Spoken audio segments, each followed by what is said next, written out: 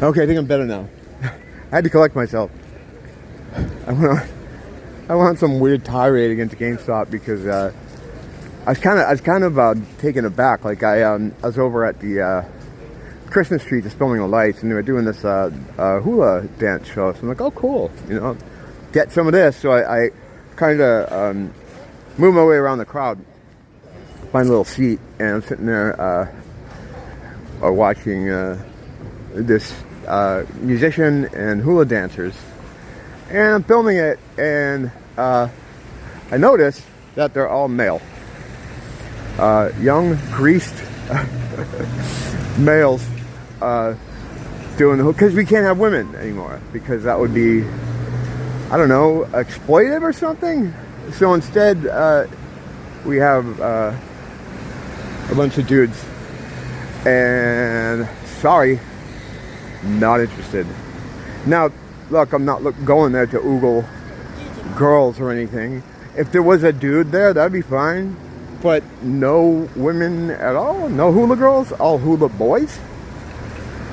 You know, the thing is, I mean, that's Hawaii, though. They're very, here's the thing. People talk about tolerance and inclusion, and the idea isn't to have tolerance and inclusion. It's to take over. It's to take over and then demonize anyone that's not in with the plan.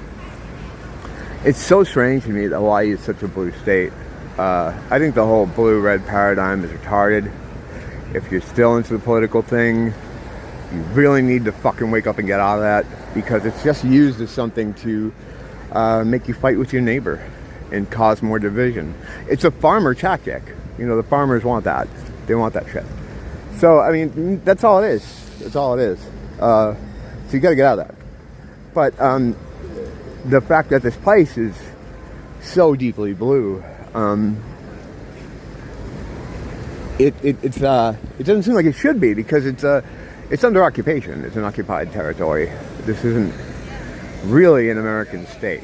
If you go and you look at all the paperwork, trace it back, you'll see that this place is under occupation. It's being occupied. And you would think, right, the people would not be happy with that. And there are some people that aren't happy with that, but they're small groups. And I think they're all compromised because they do a lot of dumb stuff. Stuff that only undermines their cause. So what the American CIA likes to do is they like to put people in groups like that to make them come across as retarded or violent. And we've seen stuff like that happen with the Hawaiian sovereignty groups. They tried to take over a state house like 4 or 5 years ago, and they held someone hostage in their office. And like, how does that help? It doesn't help. So at that point, you have to wonder, like, is this like American CIA who were putting people in those kind of positions? And then, I mean, it could be, you know? I don't know. Usually that's what happens. That's what happens usually.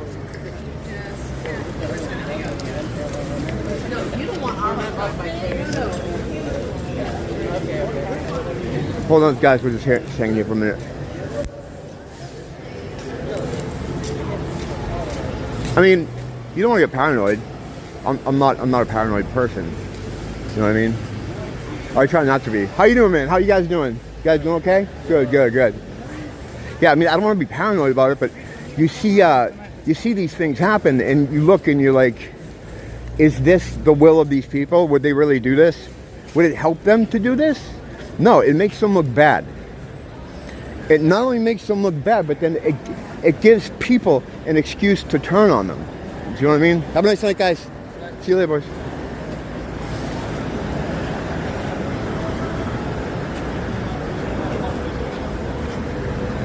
Yeah, it gives people an excuse to turn on them and shut them down. You know what I mean? You don't want that. Because then they're like, then they look bad, and then it gets any sort of real kind of conversation toward finding some kind of solution, There is no solution. The beast takes what the beast wants, right? So it's like, if the beast took this place, and the thing is, like, it's kind of out of the reach, or the overview. There's not a lot of oversight here, so things are allowed to happen here. It's, some of the stuff I talk about with the movement of people for money. Again, don't ban me, bros. Just saying. I know there's nothing I can do about it. Just like occasionally bring it up.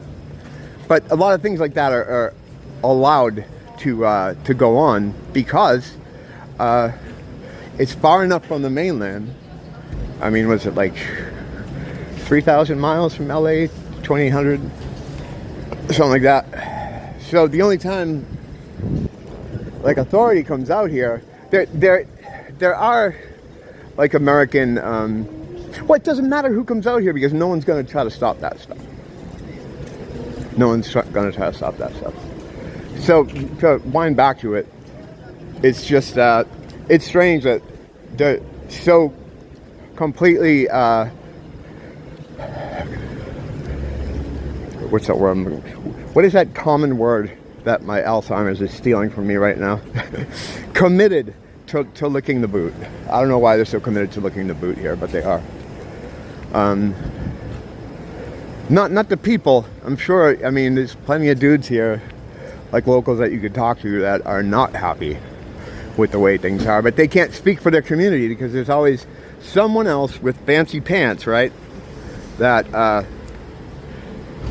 has positioned themselves to speak for their people and their community, and they are accepting the ship nails and the fancy trinkets in exchange for selling out their people and their land and their history. This isn't something that I should be. It's not my place to talk about, but you can observe it. You can see it, from just the way things are commodified and commercialized, up to including how they're trying to make the healing stones, or what have been called the wizard stones over here in Waikiki.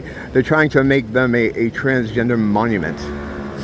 I don't know. You talk to some local guys, I don't know if they'd be behind that. I mean, it's a very tolerant place. They're open to a lot of things. Hawaiian history has always had mahus in it, which is like a sort of half man, half woman kind of thing. But it has nothing to do with modern transgenderism. But, the wizards will do stuff like that. They're all about manipulating people and manipulating any situation they can to turn into something toward evil, toward the beast again. And I'm not saying all transgenders are evil or anything like that. I have transgender friends. There's always outliers, and not only that, not outliers. I think a lot of the people that I knew, anyway, in that community back before it was a trend. I mean, they just kind of want to live their lives.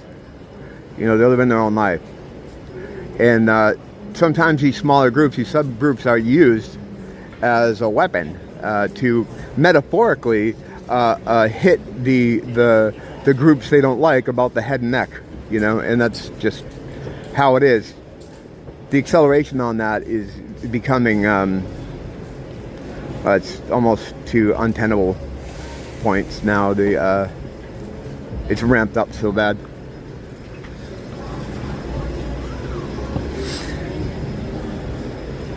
Our boy's coming back soon, though.